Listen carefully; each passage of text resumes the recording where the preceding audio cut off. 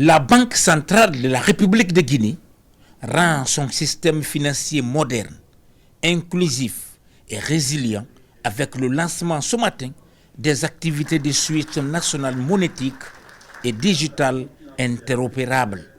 En tirant parti des opportunités qu'offre le numérique, la Guinée peut redéfinir l'avenir économique du pays. La création de la Guinée de monétique répond à un besoin important, celui de moderniser et de digitaliser les transactions financières, car le monde est en pleine transformation numérique. Il est impératif que la Guinée suive cette dynamique afin d'offrir à ses citoyens, entreprises et institutions des solutions de paiement plus sûres, plus rapides et accessibles.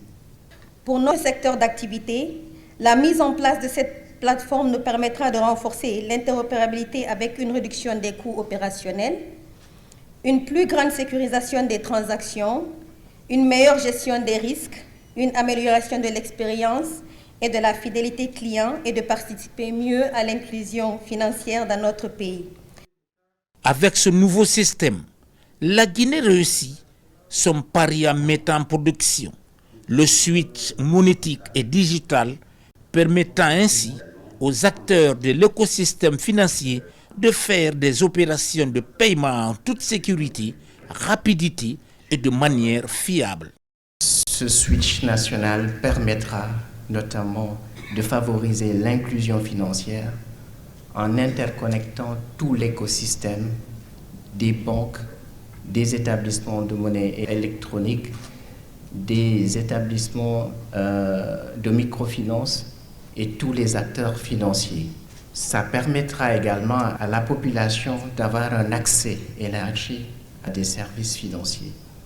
Nous sommes conscients que la mise en place de cet outil marquera un nouveau tournant dans les relations entre les institutions financières elles-mêmes tout d'abord, mais aussi dans la relation entre les différents utilisateurs et toutes les parties prenantes. Nous savons que d'importants travaux ont été abattus dans ce sens afin que le nouvel environnement qui sera créé soit le plus convivial et propice possible pour tous ceux qui sont intéressés par l'écosystème financier. Le monde est en pleine transformation numérique. Cette création est une ambition de promouvoir l'utilisation des cartes magnétiques et des portefeuilles électroniques. La mise en place de cette infrastructure moderne, priorité présidentielle portée par le chef de l'État, mon général Mamadi Doumbouya, répond à un double objectif stratégique. Renforcer l'inclusion financière et soutenir la transformation numérique de notre économie.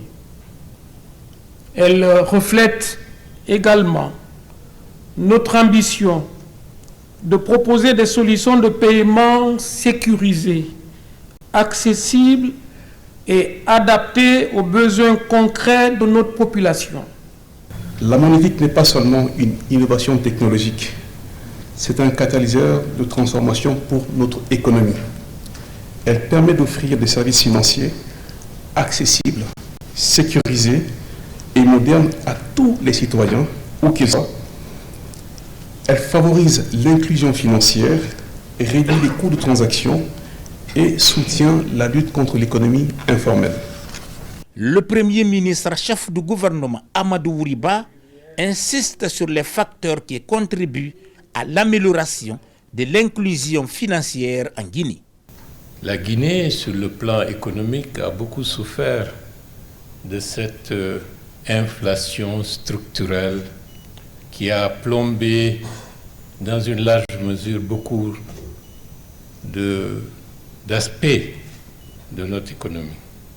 Et je crois qu'avec le SWIFT, c'est un autre monde qui s'ouvre, qui demandera adaptation ou réadaptation.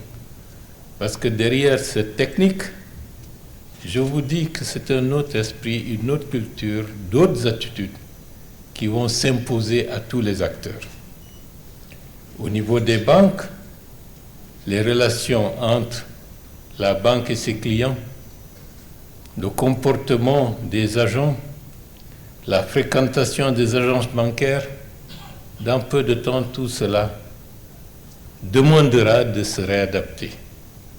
Parce que si hier on avait besoin pour chaque opération d'aller voir son conseiller, de plus en plus, chacun deviendra progressivement son propre conseiller bancaire. La Guinée gagne beaucoup avec cette innovation, mais il faut une interopérabilité complète de l'ensemble de l'écosystème bancaire, des établissements de crédit jusqu'aux établissements de microfinance. C'est cela qui renforcera de manière effective cette inclusion. Et j'insisterai particulièrement sur les aspects positifs que nous allons tirer de cela.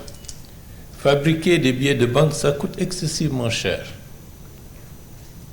J'espère que les caveaux de la Banque centrale deviendront de moins en moins importants, parce que même pour la conservation des billets usagés, à un moment donné, la Banque centrale n'arrivait pas à trouver suffisamment d'espace pour assurer une bonne gestion de cette masse très importante de billets, que si vous ne faites pas attention, vous rentrez dans ces caveaux, vous risquez de tomber en syncope tellement qu'il y avait, disons, le dégagement de gaz qui pouvait être toxique. Donc je pense que beaucoup de choses de ce point de vue progressivement changeront.